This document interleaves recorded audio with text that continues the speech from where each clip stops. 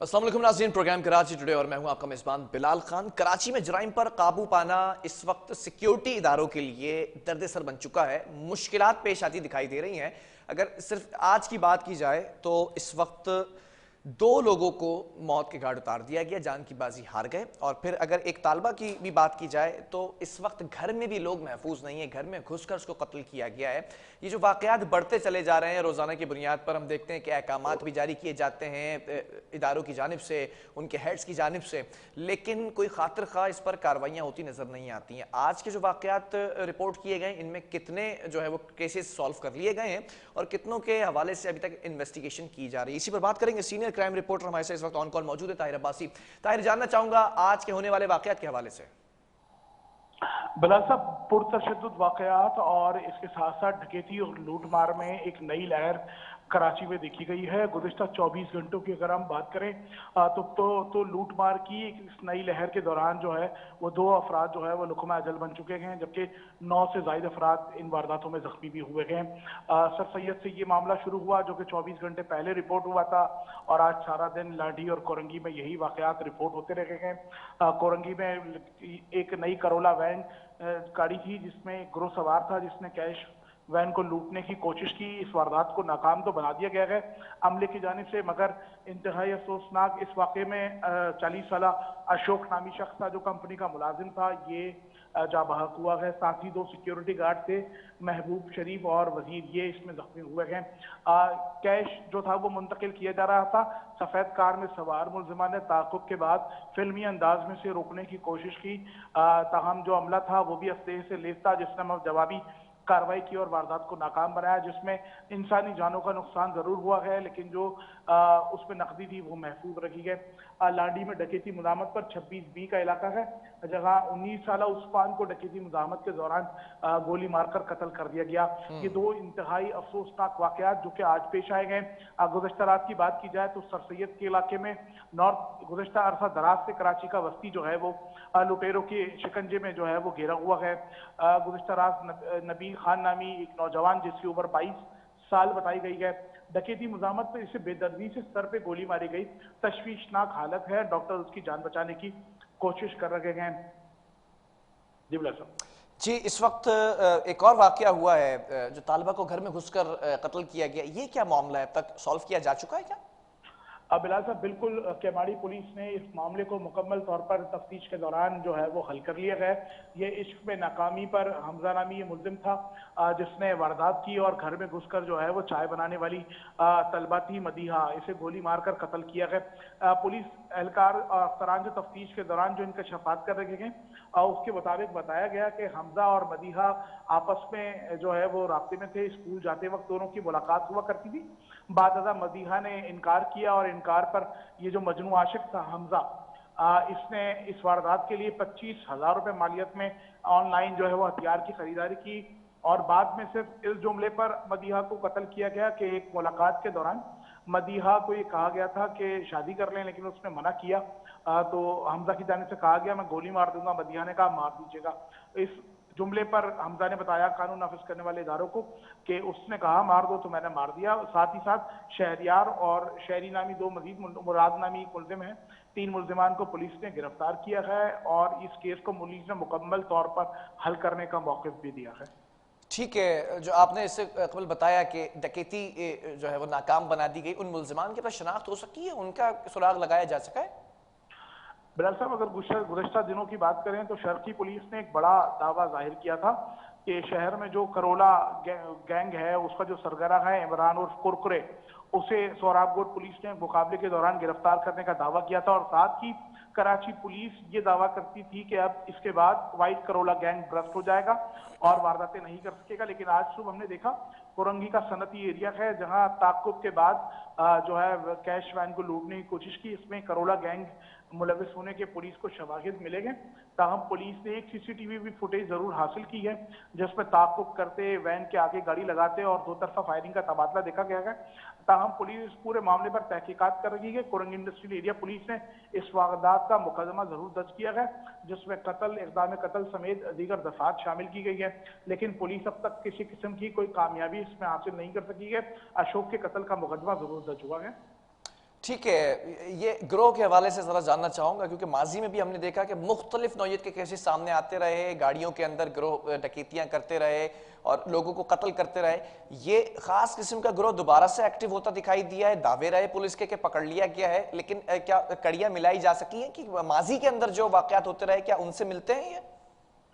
बिलाल साहब, अगर गुज़श्ता बरस की बात की जाए, जो तसलसल के साथ वारदातें करने वाले गिरोह के ताहम वो उनकी गिरफ्तारियां कुछ की अमल में जरूर लाई गई थी, लेकिन अतर मतीन के नॉर्थ नाज़िमाबाद में एक वारदात के दौरान शहादत के बाद ये सिलसिला रुका था।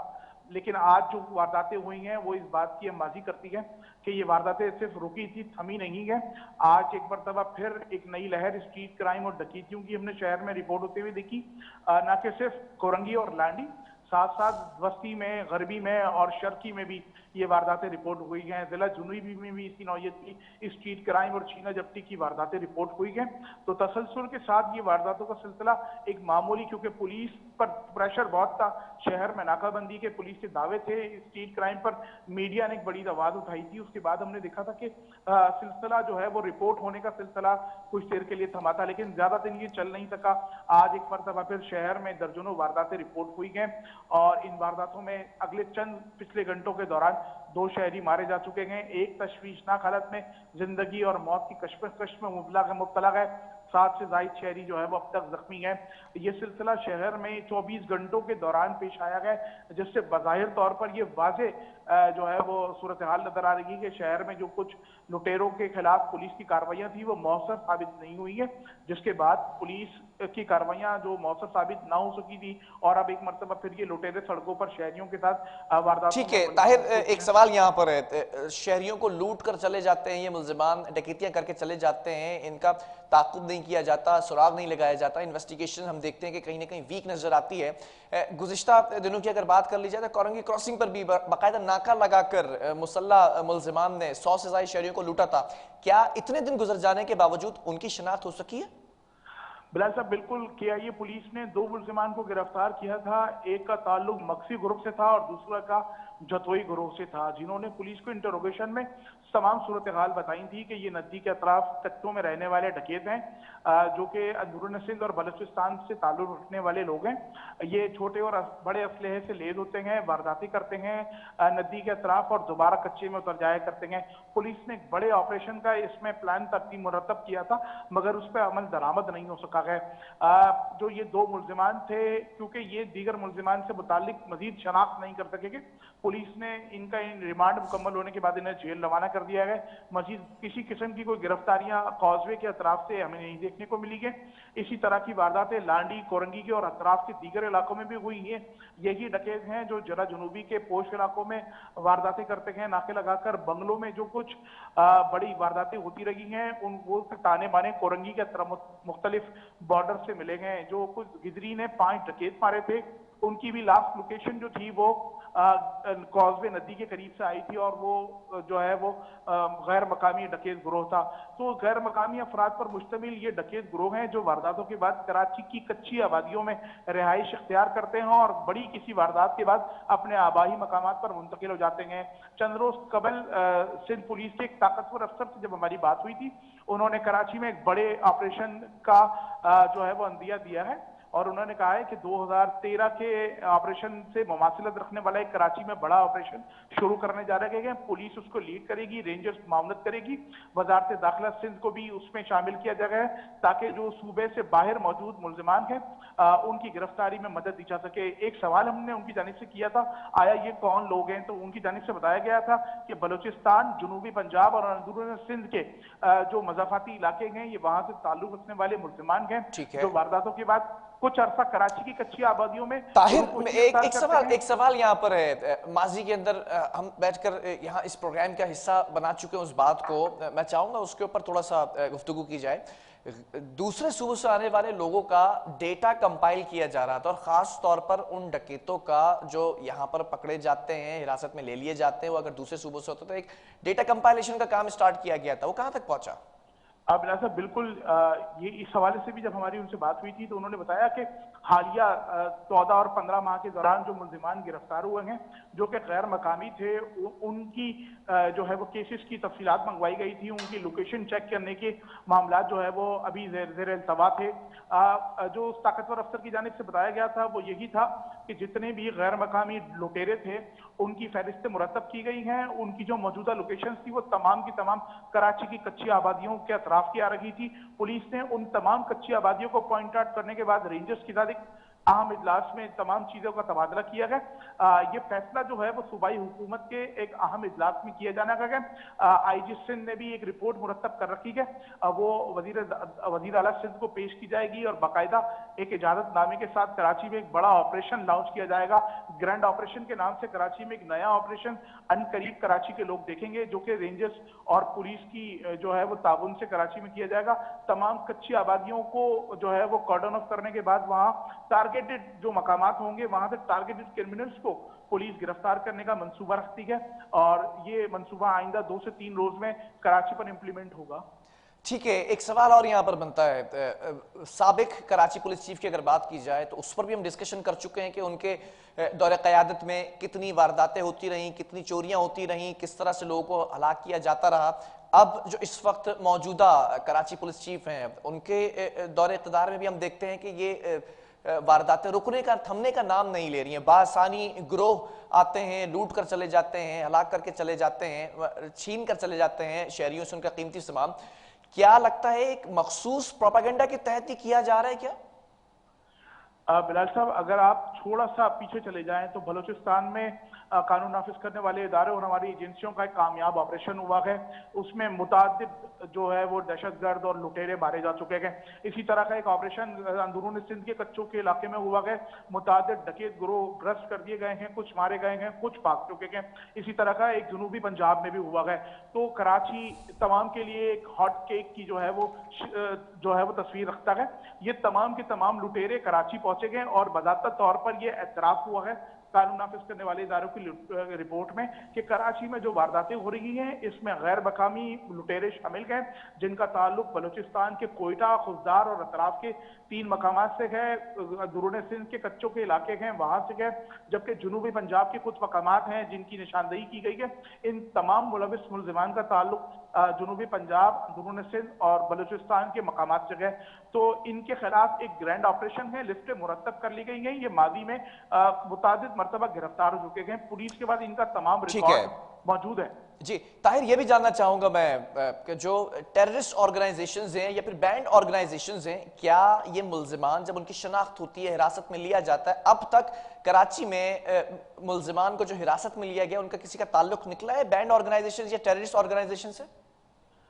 अगर बिलाल साहब बात की जाए बैंड ऑर्गेनाइजेशंस की, तो उसमें जो अब तक एक ताने बाने हैं वो सिर्फ और सिर्फ बलूचिस्तान की कलदम liberation army, Balochistan liberation army भी जिसे कहते हैं, BLA के नाम से जो जानी जाती है, उससे चंद ऐसे मुल्जिमान थे जिनका ताल्लुक बताया जाता है। लियारी में अभी चंद रोज कबल भत्ते की तलब करने पर जो है वो ग्रेनेड हमले और दीगर फायरिंग के वाकयात हुए थे। जब इस पर पुलिस ने काम किया तो 4 मुल्जिमान को मुकाबलों के बाद गिरफ्तार किया गया, जिनके ताने बाने बलूचिस्तान लिबरेशन आर्मी और साउथ अफ्रीका के वसीलाखों ग्रुप से बताए गए। ये ग्रुप एक मरतबा फिर कराची में स्ट्रीट क्राइम, डकैती, भत्ताखोरी और ग्रेनेड हमलों में मुलविस था, जिसका फोकस कराची में एक मरतबा फिर जो वारदातें थी उसको बढ़ाना, अमन अमान की फिजा को खराब करना और ग्रोह को एक मरतबा फिर मुतहरिक करना था, जिसके लिए पहली जो फंडिंग के लिए जो तरीका वारदात बताया गया था वो मंशियात की फरोख्त थी, दूसरा भत्ता वसूली थी, तीसरा स्ट्रीट क्राइम के जरिए ग्रोह को मुनज़्ज़म करना था, चौथा जो तरीका वारदात था कराची से मोटरसाइकिलें चोरी और छीनने के बाद बलूचिस्तान मुंतकिल करना और उसकी फरोख्त के जरिए ग्रोह को मुनज़्ज़म करना था। ठीक है ताहिर, ये आखिर में ये भी जानना चाहूंगा, हमने देखा माजी के अंदर रेंजर्स के इख्तियारात में तौसी की गई, क्या सिक्योरिटी इदारे, खुफिया एजेंसीज बशमूल रेंजर्स और पुलिस मुश्तरका तौर पर कॉम्बिंग ऑपरेशंस आपने कहा कि एक्सपेक्टेड है 2 से 3 दिनों में, क्या तैयारियां पूरी कर ली गई हैं, रेकी कर ली गई, इन्वेस्टिगेशंस कर ली गई हैं? बिलाल साहब, ये तमाम तैयारी पुलिस की जानिब से की गई है। ये वो लोग हैं जो माजी में मुतादिद मरतबा गिरफ्तार हो चुके हैं, तादाद 1000 से ज्यादा है। इनकी लिस्ट मुरतब की गई है और एक हतमी फैसला ये किया गया है कानून नाफिज करने वाले इदारों की जानिब से कि जो मुलजिम 2 से ज़ायद मरतबा स्ट्रीट क्राइम की वारदात में आप गिरफ्तार था और तीसरी मरतबा गिरफ्तार हुआ है, उसके खिलाफ इंसदाद दहशतगर्दी के मुकदमे के तहत उससे निपटा जाएगा और तफ्तीश के दौरान इस तगाजा मजबूत करके उसके खिलाफ अदालती का जो है कार्रवाई करेगी। एक तो ये फैसला था। दूसरा, अब कानून नाफिज करने वाले इदारों की जानिब से जो हिकमत अमली बनाई गई थी, आप और मैं इसी शहर के रहने वाले हैं, जब रात शाम होती है उसके बाद इन जो सड़कों का हाल है ये लुटेरों के सुपुर्द कर दी जाती है। स्ट्रीट क्राइम की जो एक बुनियादी वजह है कि ना रेंजर्स और ना पुलिस। चंद रोज कबल कराची पुलिस चीफ की जानिब से एक एलामिया आया था कि जो SSU के कमांडोज हैं वो सड़कों पर तैनात रहेंगे। आज 7 रोज गुजर चुके हैं, हमने शहर में एक भी SSU की गाड़ी को गश्त करते हुए, नाकाबंदी करते हुए या तलाशी करते हुए नहीं देखा। तो ये सूरत हाल शहर में है। ये जो इकदाम है ये सिर्फ बातों की हद तक रहते हैं, इम्प्लीमेंटेशन इस पे नहीं हो रहा, जिसकी वजह से वारदातें बढ़ रही हैं। ठीक है, बहुत शुक्रिया। ताहिर अब्बासी हमारे साथ मौजूद थे, सीनियर क्राइम रिपोर्टर। शहर की सूरत हाल से आगाह किया जा रहा था। कराची पुलिस चीफ के अहकामात हवा में उड़ा दिए जाते हैं, ये कहना दुरुस्त होगा, क्योंकि जब कहा गया कि रात के अंधेरे में आपने गश्त पे निकलना है, आपने पिक्टिंग करनी है, आपने स्नैप चेकिंग करनी है, लेकिन कोई पुलिस मोबाइल सड़कों पर नजर नहीं आती है। मुतअद्दिद इलाकों की बात मैं कर रहा हूँ जहाँ पर चोरी, डकैती, लुटेरे बासानी आके शहरियों को लूट कर चले जाते हैं, लेकिन एज एक्सपेक्टेड एक बड़ा कॉम्बिंग ऑपरेशन माजी में जो मुमासलत रखता है 2013 से, वो एक्सपेक्टेड है, जिसको लीड करेगी पुलिस और मुआवनत करती नजर आएगी रेंजर्स और कुछ खुफिया इदारे। यहाँ पर वक्फा लेंगे, इसी चीज़ को कंटिन्यू करेंगे।